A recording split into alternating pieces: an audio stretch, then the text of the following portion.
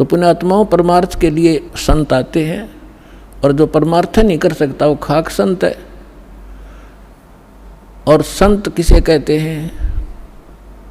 सतगुरु उसे कहते हैं। सतगुरु के लक्षण कहूँ, मधुरे बैन विनोद, 4 वेद 60 शास्त्र वो कहे 18 बोध। सतगुरु होगा जो इन सदग्रंथों से ज्ञान दे और प्रमाणित ज्ञान हो। अब जो प्रसंग चल रहा है कि जैसे अब आप जी नियमित रहे, अब आपको कुछ दिन समस्या रहेगी, क्योंकि अभी हमारे इस ज्ञान का प्रकाश कम हुआ है। घर घर के अंदर विरोध है, गांव गांव में विरोध है, समाज के अंदर विरोध है, क्योंकि जगत और भगत के क्रियाओं में और विचारों में सदा से भिन्नता रही है। और इसीलिए कहा है कि जगत और भगत का आपस में विरोध रहा ही है, और ये रहेगा भी। जब तक जगत को आप जैसा ज्ञान नहीं होगा तो वो विरोध करेंगे ही करेंगे, स्वाभाविक है, उनको अच्छा सा नहीं लगता। जैसे यहाँ पहली बार कोई व्यक्ति आता है और दूसरा आके प्रणाम करता है, वो खड़ा खड़ा देखता रहता है, ये क्या कर रहे हैं यहाँ पर, उसको अच्छा सा नहीं लगता, क्योंकि वो तो अहंकार में कोई छोटी मोटी पोस्ट हो तो उसने तो भारी बात हो जाती है, कैसे लंबा लेटूं। ये होता उनमें जो भक्तिहीन होते पिछले जन्म के, और पिछले जन्म के भक्ति युक्त प्राणी होते हैं, चाहे कितना बड़ा अधिकारी हो तुरंत समर्पित हो जाता है। वो पिछले संस्कार उसको अपने आप झुका देते हैं। उदाहरण के लिए जैसे सरसों आपने देखा होगा, सरसों जब तक उसकी फलियों में दाने नहीं होते, यानी उसकी कीमती नहीं होती, तब तक वो ऐसे खड़ी रहती है। और जो जो वो पकती चली जाती हैं और वो उनमें वो कीमती बनती जाती है, उनकी वैल्यू बनती है, वो झुकना शुरू कर देती है।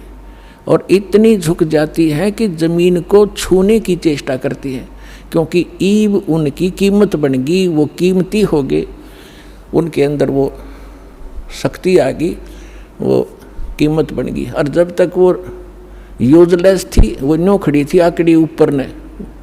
तो इसी प्रकार जो पूर्व जन्म के भक्ति युक्त होते हैं, उनका स्वभाव होता झुकने का, वो खड़े रह ही नहीं सकते। उनके अंदर पिछली भक्ति इतनी ज़बरदस्त होती है। और जो भक्तिहीन होते हैं वो आकड़े रहा आकड़े, लेकिन उनमें भी भक्ति बन जाएगी। सत्संग सुनेंगे, भगवान की अमृत वाणी सुनने मात्र से संस्कार शुरू हो जाते हैं। चाहे वो घर पर सुन रहा है मालिक दास के वचन, किसी टीवी पे, या अपने किसी इस सिम के अंदर, या इस चिप के अंदर से जो सत्संग सुनते हैं, वो भी संस्कार भरने शुरू हो जाते हैं, उसमें वजन बनना शुरू हो जाता है। फिर धीरे धीरे यहाँ भी आता है, फिर सत्संग सुनता है, यहाँ जो है प्रणाम करता है, फिर उसके अंदर वो भक्ति संग्रहित होकर अपने आप झुकना उसका स्वभाव बन जाएगा। फिर उसको बुरा लगेगा जब झुका नहीं का, तो प्रणाम नहीं करेगा, तो उस पर कह नहीं जा।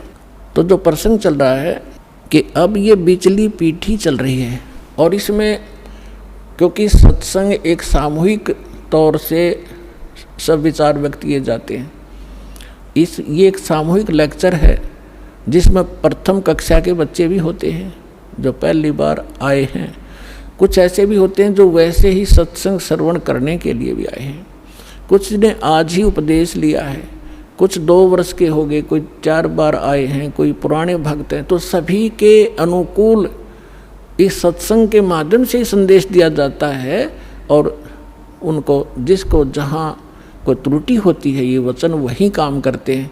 जैसे आपको कोई बीमारी रोग है, इंजेक्शन कुल्ले पर लगाएंगे, वो उसी दर्द पर जाकर काम करेगा जो रोग होगा। इसी प्रकार कोई रोग की टेबलेट है मुख से खाई जाती है, वो अपने आप वहाँ काम करेगी जहाँ वो रोग है। तो इसी प्रकार ये सत्संग सामूहिक तौर से सबके ऊपर बिखेरा जाता है, और जिस सत्र का जो भक्त होता है उसको उसी सत्र का ज्ञान उसके लिए अनिवार्य होता है, और उसमें उससे फिर वो प्रेरित होता है, फिर संभल जाता है, कोई त्रुटि भी उससे हो जाती है। तो इसलिए इस सामूहिक तौर से सभी फाउल पॉइंट भी बताए जाते हैं कि यहाँ आप मार खाते रहे हो, और ये समस्या आ जाती है। तो दास जो कह रहा था कि अभी आपको कुछ परेशानियां आएंगी और आ भी रही हैं, और फिर भी आप संघर्ष कर रहे हो समाज के साथ, क्योंकि आपको ज्ञान सही प्राप्त हो गया और आपको सुख भी मिल रहा है, और समाज अभी इस ज्ञान से अपरिचित है। तो अभी कुछ दिन और थोड़ी सी समस्या आपको रहेगी, फिर जब पूरे विश्व में ये ज्ञान फैल जाएगा, सब आपके साथी हो जाएंगे। आप जो भी वचन कहोगे, जैसे हमने रामायण और महाभारत सुनते सुनते कान पक गए, हजारों वर्षों से सब ने सुन ली, सब ने मान ली, सारी सही बिल्कुल राम कृष्ण समर्थ भगवान। अब कोई भी कितना खड़ा होकर कोई कहा करता कृष्ण जी ने न्यू कर दिया, सारे नाड़े लाया करते, हाँ जी बस ये समर्थ शक्ति है, सर्वशक्तिमान है, हाँ जी। अब कहते हैं झूठ को 100 बार सुन ले वह सत्य लगने लग जाती है, और हमने सुन रखी थी लाखों बार, तो वो एक रस हो गया था, कोई ऑब्जेक्शन नहीं रहा।